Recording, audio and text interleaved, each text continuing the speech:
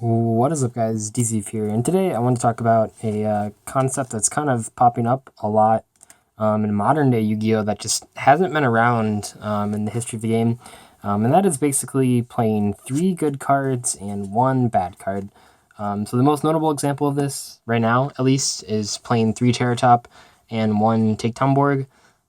So basically the concept of this that a lot of pro players are adopting is playing 3 really good cards that you want to see and then 1 bad card that you don't want to see.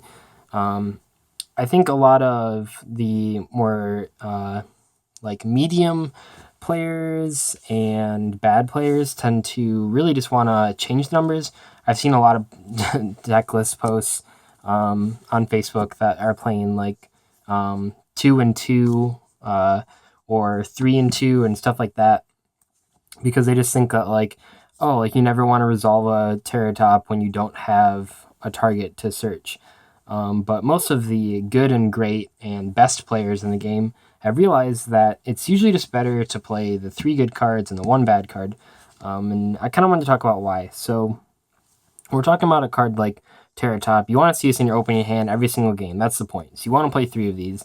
And you don't want to see the Takedown Borg, so you're going to play 1. So what playing 3 and 1 does to your deck is it gives you more hands where you're just seeing the Terra Top, very few hands where you're seeing the Takedown Borg, and then a few times when you've resolved the first one, when you're drawing these cards with nothing to do. Now, Terra Top is specifically cool compared to my other example, which is Brilliant Fusion, because Terra Top, if you draw the 2 after you resolve the first one, they're still useful because you can special summon them. And then with the other example that I just mentioned, which is Brilliant Fusion, obviously one of my favorite engines in the game. So Brilliant Fusion, most people are just playing 3 Brilliant Fusion and 1 Garnet. I know I'll admit it, yeah, I was on the track earlier with playing 2 Garnets and 3 Brilliant Fusion. But the difference between these 2 engines, even though they are both 3 good cards and 1 bad card, is that the Brilliant Fusions you actually just can't activate if you draw the Garnet, where with the Terra Tops you can still just special summon them if you draw the Takedown Borg. It's not like the worst thing in the world. And then the other thing to compare with these 2 engines is that the drawing Takedown Borg is way, I don't want to say better, but it's way less worse than drawing a Garnet, for the reasons I just listed. And also that the Takedown Borg, you can just special summon from your hand if you control Leviair, which is super cool, where the Garnet is literal garbage.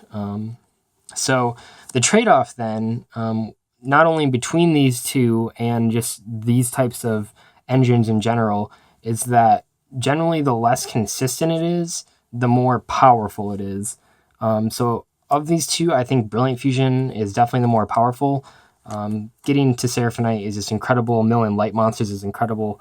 And it's just a much more high impact card. That's not to say Terra Top isn't great. Terra Top is fantastic. But I think of the 2, Brilliant Fusion has a lot more uses. And if we're looking at the last year as an example, Brilliant Fusion's been used in a lot more things than Terra Top has, even if Terra Top is more popular right now. But what's interesting is that a lot of newer players don't want to build decks with these cards because they're so afraid of drawing the bad cards. But what you have to look at is that, are you winning?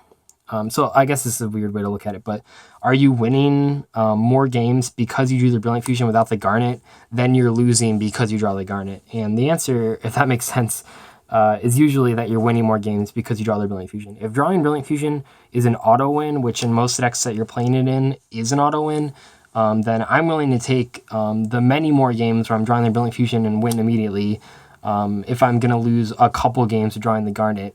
And usually the idea when you're playing Brilliant Fusion is to play it in a deck that doesn't actually just lose if you draw it. So it's more like drawing Brilliant Fusion is an auto win, not drawing Brilliant Fusion you can still win, and drawing Garnet might be an auto loss, but a lot of the times isn't because the rest of your deck is just good enough. But when we're talking about Terra Top, it's a little bit different because it's never oh no, I drew the Takedown Borg, now I automatically lose. It's not the same thing as Garnet, not just because it's not a normal monster, but also because you can do stuff with it. But the trade-off then is that Terra Top isn't as impactful. I don't think that opening Terra Top is an auto win in the BA and PK Fire deck. And this is coming from someone that's played both those variants and spends a lot of time testing them. Whereas a lot of decks I put Brilliant Fusion in, if you open Brilliant Fusion, like, you just win immediately because it's just so good. So anyway, that's kind of like the Yu-Gi-Oh theory I want to talk about today. It was just 3 good cards, 1 bad card.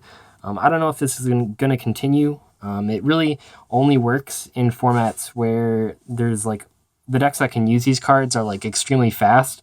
So you're hopefully resolving the 1 good card, taking the bad card out of your deck, and then winning the game before you see the other 2 good cards, because then they're not so great after you resolve the first one. But that was just my theory for the day, and I'll check you guys later. Bye.